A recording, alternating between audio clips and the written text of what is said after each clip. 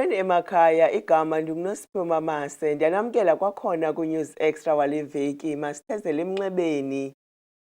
Ufunyaniswe engenatyala umfundisi uTimothy Omotoso kunye natyholwa nabo uLusanda Sulani kunye noZukiswa Sitho ngujaji uImon Schoeman kwinkundla ephakamileyo eGqeberha. Oku kuza emva kokuthothoza kuka-Omotoso iminyaka 8 ngezityholo zokudlwengula, ukuphatha gadalala ngokwesondo nokurhweba ngabantu ingakumbi abatsha. Emva kweminyaka 8 esemva kwezitshixo uTimothy Omotoso, ujaji Imon Schoeman wenkundla ephakamileyo eGqeberha umfumanise engenatyala kunye natyholwa nabo uLusanda Sulani noZukiswa Sitho emva kwesityholo zokudlwengula, ukwaphula umthetho ngokurhweba ngabantu nokuhlukumeza ngokwesondo. uSchoeman uthi esinye sezizathu sokufikelela kwesi sigwebo kukuba kubekho ukuhexa kwimibuzo ebuzwe ligunya lotshutshiso lwesizwe kumaxhoba. I'm of the view that although there are aspects of the complainant's evidence that are unsatisfactory, I cannot find that their evidence is incredible. However, I cannot find that the evidence of the accused falls to be rejected as false either. This is especially so as the accused evidence was not placed in dispute through proper cross-examination. When deciding whether the state has proved its case beyond reasonable doubt, this matter falls into the category where, in my view, the explanations of the accused are improbable, and I don't subjectively believe them. However, due to the uncertainty of the actions of the state and the lack of proper cross-examination, I cannot find that the accused version are so improbable that they cannot reasonably possibly be true. The accused bore no onus to convince the court of their innocence. I am of the view, in the light of all the circumstances of the case, that the state has not proved its case beyond reasonable doubt, are found not guilty, and are discharged on all the charges. uTimothy Omotoso uvakele esenza umbulelo emva kokubuyiswa kwesi sigwebo sokuba engafunyenwanga enetyala. The only thing I can say, I thank God. I thank God. I give him all praise. I am 67 by July, next July. I've been in prison for 8 years. Only tomorrow can speak. Tomorrow we speak for itself.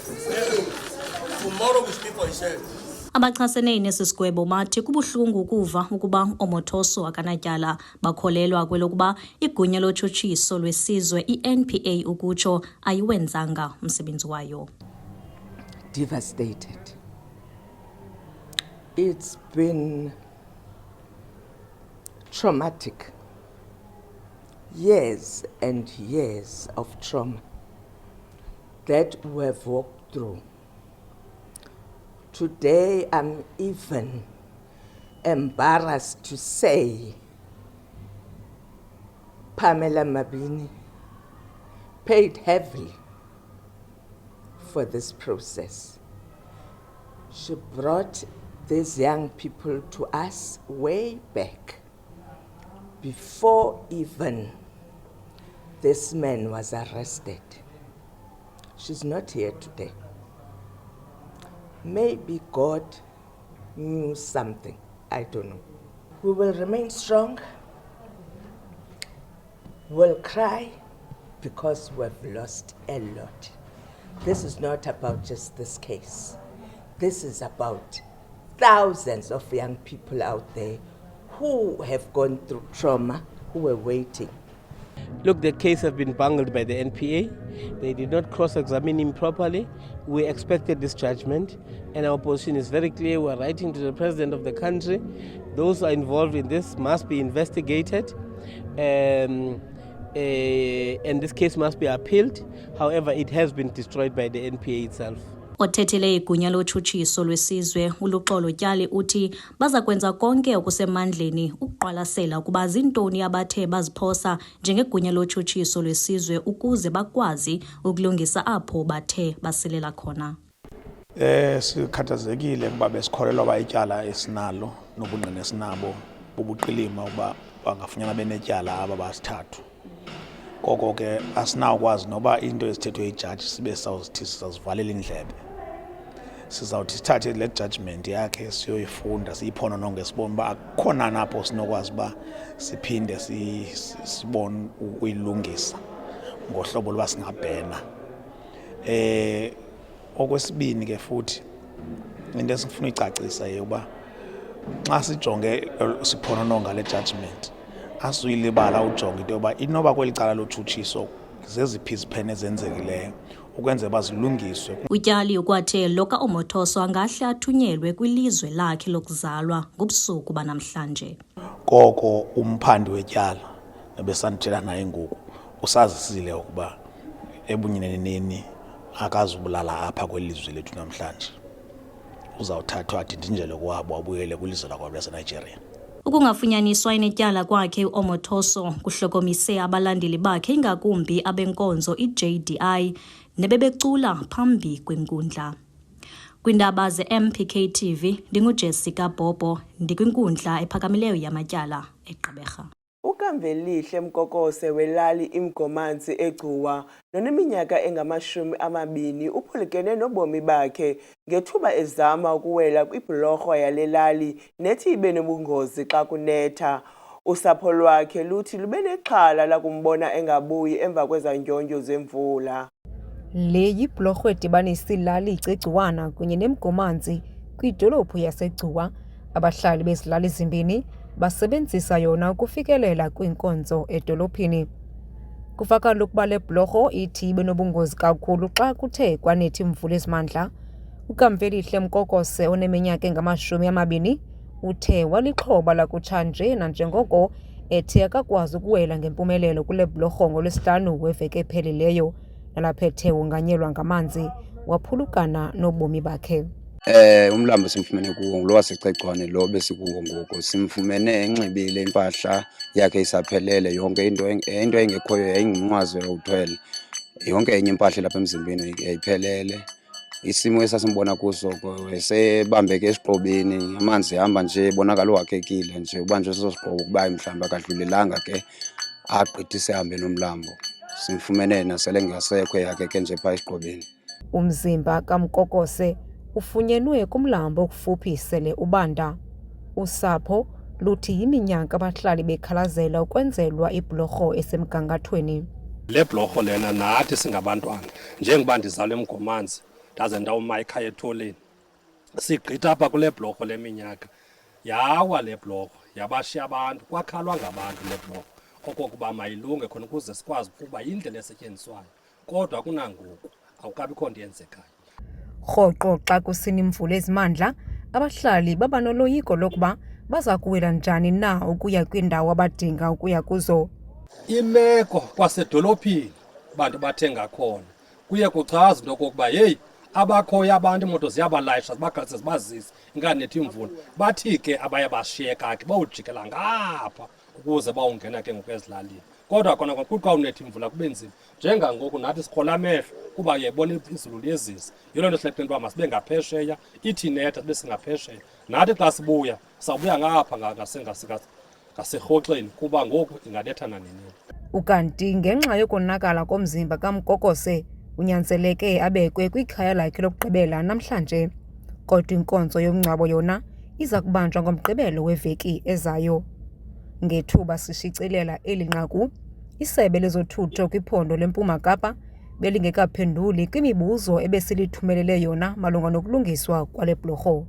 Ndinguyamkela Mchiyo kwindaba ze-MPK eGcuwa. Abahlali bakumasipala iNelson Mandela Bay ngabanye babahlali beliphonto abathe babamba umngcelele ngelokubonisa inkxaso kusapho lukaCwecwe kunye nokufuna ukuba le ntombazana eneminyaka esixhenxe ifumane ubulungisa.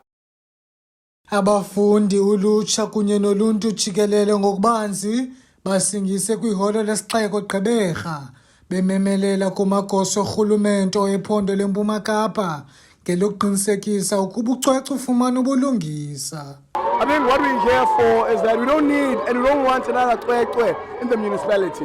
Because as much as it's a big issue that we're having of Cwecwe, but we're more concerned about the next Cwecwe that's going to come. We want safety measures to be taken, to be in place so that those students at Mandela and in the bigger CBD of Nelson Mandela Bay to be protected, to be safe around the bay. That's what we want for the officials of the municipality. Aba bafundi bathi amatyala amaninzi okuxhatshazwa ngokwesina yavulwa ngamaxhoba, kodwa amapolisa wathi abambe mntu.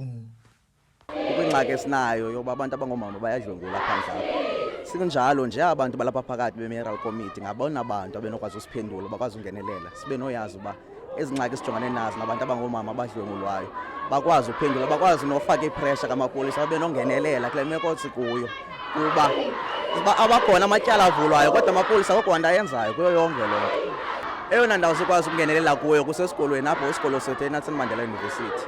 eNelson Mandela University kulapho sifuna uqinisekisa khona uba abafundi ababhinqileyo basefu kulaa environment bakuyo kuba egqibeleni apha abantu bazofunda belapha nje kumele uba kuyaziwa uba baphephile.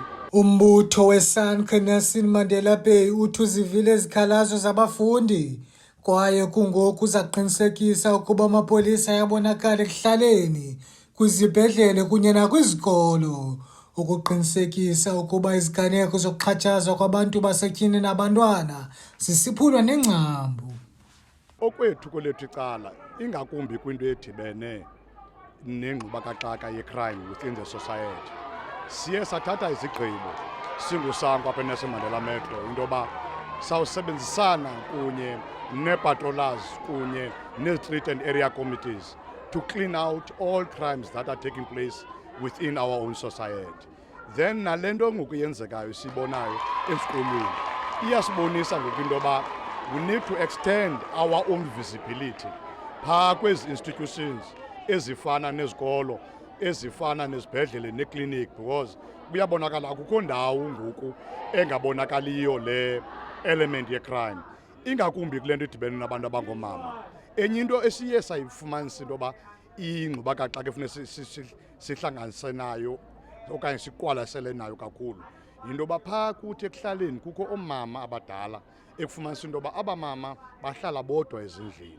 Uyawufumanisa into yoba luninzi uhlukunyezo olwenzekayo but loo nto ibonakale emveni kwethuba elide kanti umama lo bekukho abantu abangootata bamane bengena phaa endlini bemhlukumeza. So yiyo loo nto sithi nathi sizimisele ukuxhasa abafundi, sizimisele ukuxhasa abantu abangomama nabantwana abangomama ukuthi le nto ilihlazo imasikizi ingenziwa okanye ingaphinde yenzeke ikwazi ukunqandakala. Umkomishinala wenkonzo yamapolisa oMzantsi Afrika uNtshengele Fani Masemula uthumele icandelo lobundlobongela kusapho, ukhuseleko labantwana nophando lwezesondo ukuba luqinise kwaye libeke iliso kuphando kwizityholo zokudlwengula kwale ntozana eneminyaka 7 ubudala eMatatiele. The Family Violence, Child Protection, Sexual Investigations Unit Head, Major General Lekhele, is currently meeting with the investigating team to ensure due diligence was conducted in this case and that the chain of evidence was properly preserved. General Lekhele will meet with persons of interest and key stakeholders, such as the NPA, to ensure justice and the finalization of the matter. Bringing criminals to book and putting perpetrators of crime behind bars remains a key priority for the SAPS. We assure the nation that justice will prevail and those that are found to be guilty of any offence will be brought to book. Ukanti ngomvulo umphathiswa wamapolisa uSenzo Mchunu uvakalise ukuba inqununu yaseBackview College ngomnye wabarhanelwa abathathu ababandakanyeka koluphando. Kwiindaba zeMpuma Kapa TV, Tungasandile Njongi, eGqeberha. UNolfefe Njenge waseKariyerha nongumfundi webanga le-11 udinga ukwakhelwa indlu kumhlaba apho abazali bakhe babekhe ikhaya labo khona phambi kokuba basweleke emva kwengulo bemshiya yedwa engekaqali nebanga lokuqala. uNjenge nosele ehlala nomakazi wakhe uthi akakwazi nokulalatha ikhaya lakhe ngenxa yobume balo. Ukuba nekhaya kunye nokukhuliswa ngabazali ngumnqweno wakhe nawuphi na umntwana athi akhule nawo, kodwa yena uNolfefe Njenge oneminyaka 19 ubudala waphulukana nelo thuba ngelixa eneminyaka 4 ubudala. Le ntombi ineminyaka 19 yaswelekelwa ngabazali bobabini kwiminyaka 15 edlulileyo. Udade kamama wakhe uNolonwabo Fesi wathi wanyanzeleka ukuba kuhambeni kwexesha amthathe umntana kadade wabo ngokuba wayesele eshiyeke nendlu kuphela. uNolfefe uthi khange kube lula ukukhula ngaphandle kwabazali. 10 abazali babaye babhubha nda-adopthwa ngomnye umama. Ndabuya ke ukukulonya last year ndabuya ndazohlala nomakazi wam. Then ndabona indlu yasekhaya ingehlobo and ke ngoku ayilandelelwa ihoywanga. Ngela xesha abazali bam besweleka I was 4 years old. So ndandidom kakhulu ndangikho like ngqondweni yabo and ke ngoku even nangoku ndisathi umama wam andimazi yabo because ndazi umama lo wan-adopthayo. So ke impilo yam iye yatshintsha kakhulu kayinto yobana xa ndibona ikhaya lam mhlawumbi babe besekhona mhlawumbi bazali bam mhlawumbi ngengekho nje ikhaya lam. uFesi uthi uwa evuka noNolfefe ezama ukuba zifumane izidingo zakhe. Indlela bona nje bazali uNolfefe wafika mahle ndenyuka endlela iyaqanelekele nayo nethanda ukrwempa kwembala. Ndathi kuNolfefe ndinabantwana apha kum bazulwana bam bayafunda. Into endiyithanda kuwe angonotheven uthanda isikolo uthanda icawe izohlala nam. Akapeyi ngelo xesha uNolfefe ndingumuntu kagovernment mna kuqala kule ndawo ndime kuyo. Bethuna ezinye izinto ndathi uNolfefe uzatya into endityayo.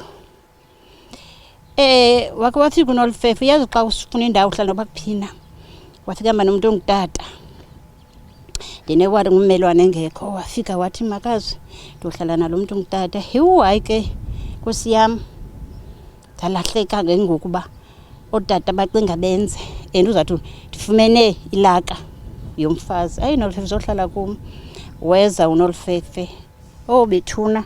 Umnqweno nenzondelelo kamama uFesi kukuba athi emnabela uqaqaqa kube kanti uFefe sele lakhelwe ikhaya lakhe nanjengoko walishiyelwa ngabazali lingekho emgangathweni. Ndathi Nolfefe funeka ke ngokusilwe indaba lendlu. Ndabe ndicele nakonontlalo noba libhangala. Ndathi kuyazi imbangi yokuba masilwe mandilwe noNolfefe indlu kamama kukuba xa ndibhubhileyo mna abantwana bam bazamenzela izinto abe engenakhaya. Ndathi masilwe ikhaya noba uhlala apha endlini but into ebalulekileyo iba nekhaya lakho. Intombi ibongoza nawuphina umuntu onokuthi amncede kwakheni ikhaya lakhe ukuba eze ngaphambili nanjengoko naye efuna ukuzibona esolatha ikhaya lakhe phakathi kwabanye abantwana. Cela uncedo ngokuthi ndakhelwe indlu yasekhaya njengoba inje nibona nani because ndifuna uhlala ekhaya because akumandanga uhamba uhlala usemncinci ngoba ke ezinye izinto uzawuphathwa ngenye indlela ongayiqhelanga. So into mna ndinqolela ngaske ndihlale kwindawo ethi xa ndibiza kusekhaya.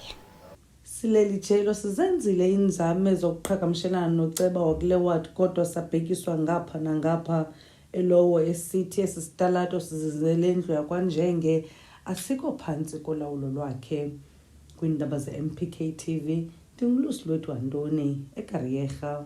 Onogada kwisibhedlele iLivingston eGqeberha bakwayimbele kungahlawulwa umrholo wabo. Ababasebenzi nabaqeshwe inkampani yabucala bathi umqeshi wabo akaqali ukungababhatali ngethuba. Nomgwenya security guards at Livingston Hospital in Gqeberha protested on Tuesday, claiming that their employer has not paid their wages. They are saying that they do not get paid timely. Thina apha sime ezigadi zakaNomgwenya. Sisine-service apha eLivingston nase-provincial. uNomgwenya sinengxaki noNomgwenya every month i-payment yethu iba late since 2023. Oko sinale ngxaki kuxa funeka sipeyile asinike memorandum yokuba i-payment izawuba late. Usinikile ke nangoku kule nyanga kaMatshi nge-12 kaMatshi wasinika imemorandum into yokubana akanamali yena nguNomgwenya akabhatalwanga nguDepartment of Health. Singangeni indawo ke thina ke kuloo nto leyo i-agreement yakhe no-health uba babhatalana njani. Akazosibhatala nge-20 akabikho date. Nge-20 yafika i-20 kaMatshi sahlala sathi sizosebenza de ube uNomgwenya uza kuthi uzawusixelela into yokubana xa ningazosibhatala ngale 20 imali zethu uzasinika nini. uNomgwenya kangafumaneke efowunini kangabafumaneke umuntu wokugqibela sesamfumana siye safumana uops manager ngosike sincame yazanywa ke date kwathiwa nge1st kaApril imali yethu izongena fikile i1st uNomgwenya kafumaneke siyamfowunela akho muntu usinika impendulo into yokubana imali yethu iphi usite manager sembuzayo uthi akaveki izinto naye akho kwamntu wazinto into yokubana imali yethu sayifumana nini. Yilento ke ngokusibonileyo uba masenze lento singabasebenzi kuba noko bekukudala ngoko sibanikile nathi chance yokubana makhe baromole le mali bazame kwiikona zabo but akabikho nto icacayo. The shop steward mentioned that some of her colleagues faced eviction from their rental properties due to non-payment of rent. I-union lesiphansi kwayo iNABSAWI izamile we-launch dispute but ke ngoku sisalinde kuyo ke ngokuba enye into izawuthini kodwa ke ngokokusebenza asisaziboni sisebenza asinazi transport zethu azisazithuthi ngoku abantu abarentayo siyarenta siyagxothwa kwindawo esirenta kuzo. Izolo ndifumana ikholi yecolleague yam ithi andikwazi ukuza apho because andinayo kwa impahla yonxiba nazo kwa into zobhasa umastandi usithathile isitshixo seroom yakhe uthi xa ngakwazi umbhatala nangoku mandibone uba mandithini mandimnike isitshixo sekhe so iyokubana siphinda sibuyele emsebenzini uNomgwenya engekasinika imali yethu ayiyo option leyo sifuna imali yethu. The workers have vowed not to resume work until they are paid by their employer. Attempts to reach the security company for comment were unsuccessful as the responsible person was unavailable at the time of reporting. Reporting for MPK TV News, Luswetu Andoni, Livingston Hospital, Gqeberha.